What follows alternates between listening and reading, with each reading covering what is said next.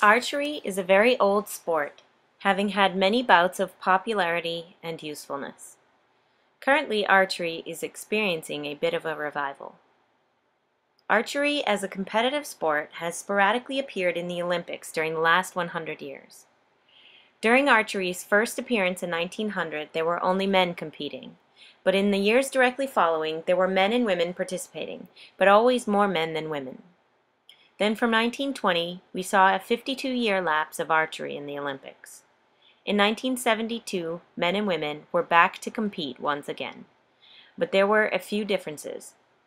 One is that at every Olympic archery event since 1972, there has been an equal number of female and male participants. Secondly, the modern events are only paper target shooting, whereas events before 1972 had live animal targets, mostly birds in flight.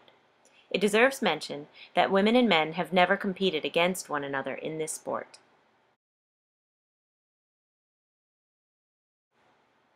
Although we generally associate archery with males, there were actually periods of time when females actively participated in this sport as a form of leisure. In the Victorian times, women were allowed and even encouraged to perform this sport alongside men. Archery, it turns out, was the first organized sport for women created during this time. It was considered a sport of graceful movements which honed the hand-eye coordination of the archer. But it definitely takes practice.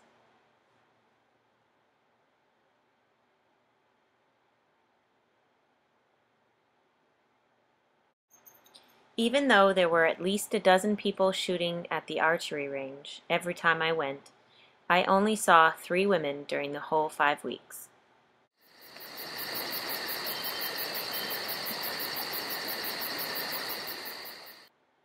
Men are easily associated with any type of shooting, since in Western civilization it has historically been men who do all the hunting in the community. And men do have a slight advantage, having stronger arms and thus an increased ability to shoot farther and more deeply. This does not mean that women have a disadvantage when it comes to accuracy. By no means did my experiences with archery prove to me otherwise. I improved so greatly in the short time I practiced shooting a bow and arrow that my cluster of arrows at the end of each round of shooting were closer and closer together, indicating an increase in precision. This gave me a sense of pride and a feeling that if I ever needed to hunt with this primitive tool, I just might succeed.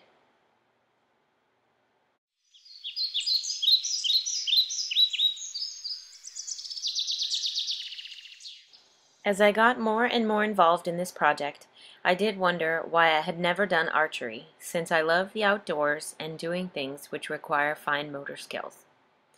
I think that I never tried it before, simply because I lacked a bow and the knowledge of where I could shoot. Of course, having someone show me how to shoot and give me instruction on what the range rules are has been very helpful. I don't think I would have gone through it on my own. Being outside in the fresh air and doing something that required moving but wasn't at all physically taxing was very relaxing for me. I really enjoyed doing archery, and I will most certainly continue doing it now that I have a bow and I know where to go. As a final challenge, my instructor encouraged me to try shooting for a target out of my comfort zone. I started out shooting the targets only at a close range, first 10 feet, 15 feet, and then 20. I shot most of the weeks at 20 feet, since this distance became very comfortable and easy for me to accurately hit the area that I was aiming for. My instructor saw that I had the confidence to move forward, and he encouraged me to try for the 25-foot distance, which you will see here.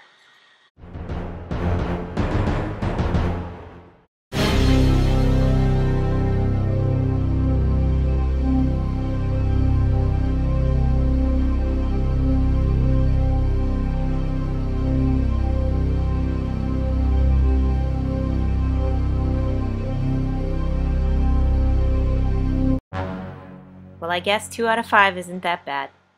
Thanks for watching.